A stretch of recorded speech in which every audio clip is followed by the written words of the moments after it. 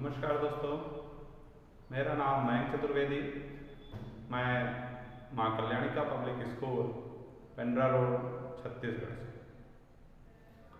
विगत दिनों मैं आपको कक्षा 9वीं विषय संस्कृत पंचमा पाठ सूक्ति मौक्तिकम के पिछले 4 श्लोक बता चुका हूँ। आज जो श्लोक बताने जा रहा हूँ वो 5वां श्लोक है और बहुत बढ़िया श्लोक है। वो श्लोक हमें ये बता रहा है कि जीवन में किस चीज की उपयोगिता होती है, गुण की या धन की। कुछ लोगों का मानना होगा कि यदि धन हमारे पास है तो उससे गुण प्राप्त किया जा सकता है, और जो वास्तविक में गुणवान लोग होते हैं, गुणवान पुरुष होते हैं, उनका एक ही लक्ष्य होता है, वो है गुण। वो जीवन में धन को बिल्कुल तुच्छ समझते हैं। उनका मानना है यदि हमारे अंदर गुण है तो धन अपने आप आ जाए, क्योंकि गुण से युक्त व्यक्ति के लिए धन अपार है। यदि उसके पास गुण है तो गुण वो अपने गुणवत्ता से धन को कमा लेगा।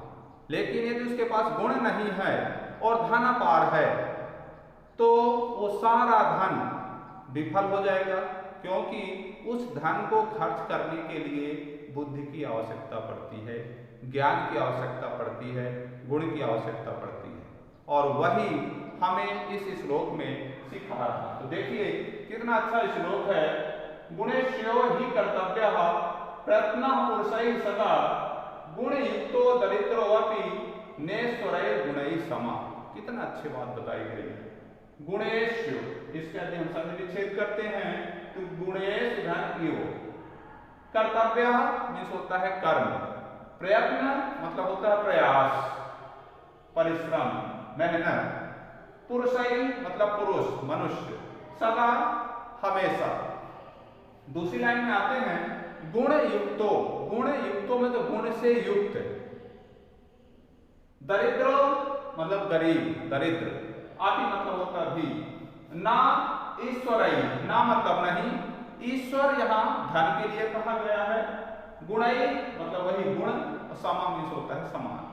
तो कितना अच्छा है। सबसे पहले हम इसका अन्वय जानते हैं। अन्वय मैंने आपको बताया कि पुरुषै सदा गुणेश यु प्रयत्न कर्तव्यः गुण युक्ता दरिद्रो अपि अगुणै ईश्वरः समा न भवति। अब देखिए कितनी अच्छी बात बताई गई है। जैसा अन्वय है, अन्वय के अकॉर्डिंग हमें उसका अर्थ करना है।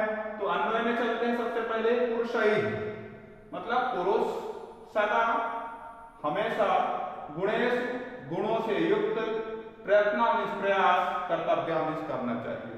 मीन्स पुरुषों को, मनुष्यों को हमेशा अच्छे गुणों को प्राप्त करने के लिए प्रयत्न करना चाहिए। कितनी अच्छी बात है। मनुष्य को हमेशा गुणों को प्राप्त करने के लिए ही प्रयत्न करना चाहिए, धन को नहीं। यदि अच्छे गुणों को प्राप्त करेंगे तो निश्चित ही हमारे अंदर गुण का समावेश होगा, अच्छी आदतों का, अच्छे गुणों का समावेश होगा। फिर आती है गुण युक्ता दरिद्रो अपि, गुण युक्ता गुण से युक्त, दरिद्रो अपि यदि वह गुण से युक्त है लेकिन गरीब है तो अगुणै ईश्वर, अगुणै मतलब गुण से रहित, अगुणै मतलब होता है गुण से हीन, ईश्वर, ईश्वर का मतलब कह सकते हैं धन। गुण से हीन व्यक्ति, धन गुण से हीन है लेकिन धन उसके पास है, समान होती तो भी वह गुण से युक्त उस गरीब से के समान नहीं होता। मीन्स कितनी अच्छी बात है। यहाँ दो बातों की ज्यादा महत्वता दी गई है। एक है धन की, धन यहाँ 2 प्रकार का बताया गया है। एक होता है गुण से युक्त, यदि गुण है तो उसके लिए वह धन सर्वोपरि है। लेकिन यदि उसके पास धन है और वह क्या है, गुणहीन है, यदि वह गुणहीन है तो वह धन उसके लिए बेकार है। तो ये श्लोक हमें इस बात की प्रेरणा देता है कि मनुष्य के जीवन में गुण की उपयोगिता है और उसे गुण को प्राप्त करने के लिए ही ये प्रयत्न करना चाहिए। यदि उसके पास गुण है, गुण से युक्त है, गुण का समावेश है, तो निश्चित तौर पे धन क्षणभंगुर है, धन वो कभी भी कमा सकता है, लेकिन उसके पास धन अपार है लेकिन उसके पास गुण नहीं है तो वह सारा धन उसके लिए बेकार है। तो मैं कह सकता हूं कि इस श्लोक में गुण के सामने धन की कोई महत्ता नहीं है, गुण सर्वोपरि है, अर्थात हमें हमेशा गुणों को प्राप्त करने के लिए, अच्छी आदतों को प्राप्त करने के लिए, सुविचारों को प्राप्त करने के लिए, बड़ों के संपर्क में रहकर अच्छी चीजें सीखने के लिए हमेशा तत्पर रहना चाहिए। हमेशा ऐसे गुणों को प्राप्त करने के लिए प्रयत्नशील रहना चाहिए।